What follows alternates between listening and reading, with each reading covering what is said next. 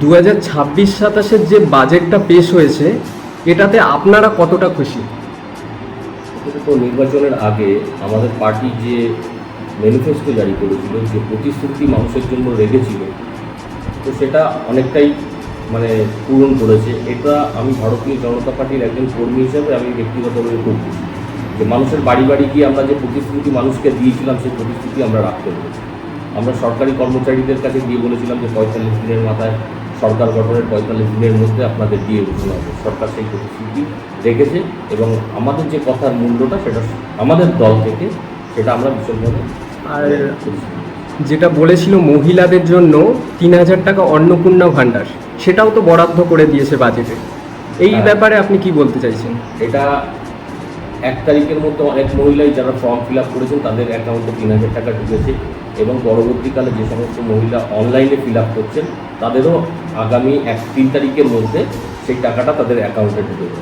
মূলত যেটা ছিল লক্ষ্মীর ভাণ্ডার 1,500 টাকা, আমরা মানুষকে বলেছিলাম যে 1,500 টাকাটা, বা আমাদের নেতৃত্ব শুভেন্দু অধিকারী, অমিত শাহজি এসে পশ্চিমবঙ্গে বলেছিল যে 3,000 টাকা অন্নপূর্ণা যোজনা হবে এবং সেটা তার প্রতিশ্রুতি মতন মানুষ সেই সুফল পেতে শুরু করেছে এবং আগামী দিনেও আরও যারা অনলাইনে ফিল আপ করছে তাদেরও 1 থেকে 3 তারিখের মধ্যে এবং আশাকর্মীদের যেটা 5,000 টাকা আরও বাড়িয়ে দিয়েছে স্যালারি, আশাকর্মী প্লাস সিভিক ভলেন্টিয়ারদের 2,000 টাকা বাড়িয়ে দিয়েছে, এটাতে তো তারাও অনেক খুশি। আশাকর্মীরা দীর্ঘদিন ধরে আন্দোলন করে আসছে যে তাদের যে পারিশ্রমিকটা দেওয়া হতো এবং সারাদিন তাদের যে পরিশ্রমটা তার তুলনায় পারিশ্রমিকটা অনেক কম, যে কারণে বিগত যে সরকারটা ছিল তাদের মানুষগুলো কেয়ার করতো না এবং তাদের দিনরাত যে পরিশ্রম ছিল।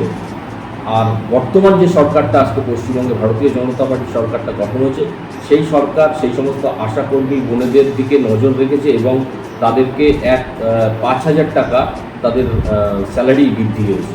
এতে মানুষ অনেকভাবে উপকৃত, আশাকর্মীরা না, তার পরিবারটাও উপকৃত হয়েছে।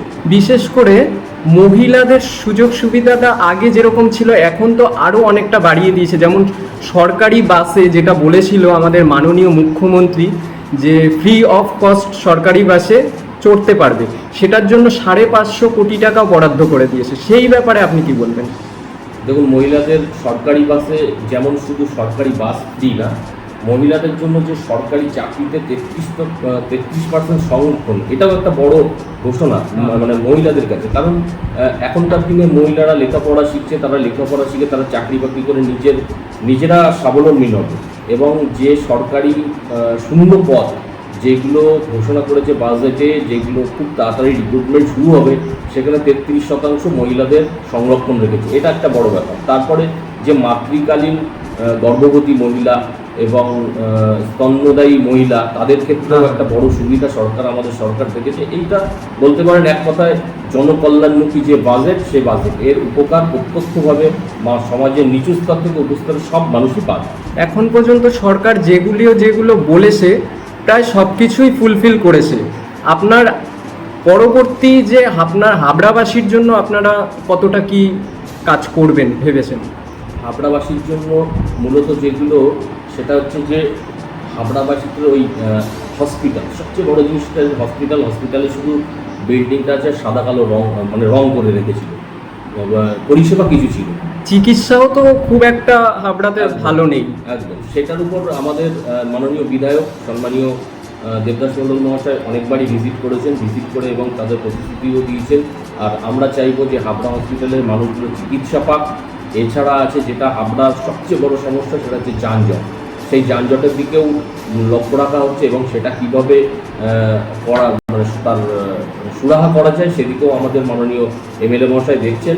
এছাড়া আমাদের যেটা গ্রামীণ এলাকার রাস্তাঘাটে একটা খুব সমস্যা, তারপরে লাইটেরও একটা সমস্যা। এটা বিধায়ক তহবিল থেকে, বিধায়ক নিজে আমাকে বলেছে যে বিধায়ক তহবিল থেকে সেটা সম্পূর্ণ করা হবে। যে সমস্ত গ্রামে এখনও অন্ধকারাচ্ছন্ন আছে, রাস্তাঘাট এখনও হয়নি, সেদিক থেকে আমরা উন্নয়ন করছি। আর একটা বিষয় হচ্ছে যে শিক্ষাক্ষেত্র, আমরা বিভিন্ন শিক্ষাক্ষেত্র ভিজিট করেছি, যেখানে দেখা গেছে যে হয়তো একটা স্কুলে 2,000 ছাত্রছাত্রী আছে, অথচ দেখা যাচ্ছে সেই স্কুলে 5টা কম্পিউটার আছে, যেটা পর্যাপ্ত না। আমি বিধায়ক সাহেবকে দিয়েছি, বিধায়ক সাহেব বলেছে সেইগুলোও সম্পূর্ণ করে দেবেন এবং শিক্ষাক্ষেত্রে উন্নয়ন ঘটানোটা সবচেয়ে বড় আমাদের লক্ষ্য। শিক্ষা স্বাস্থ্য ক্ষেত্রে উন্নয়ন ঘটানো আমাদের সবচেয়ে বড় লক্ষ্য।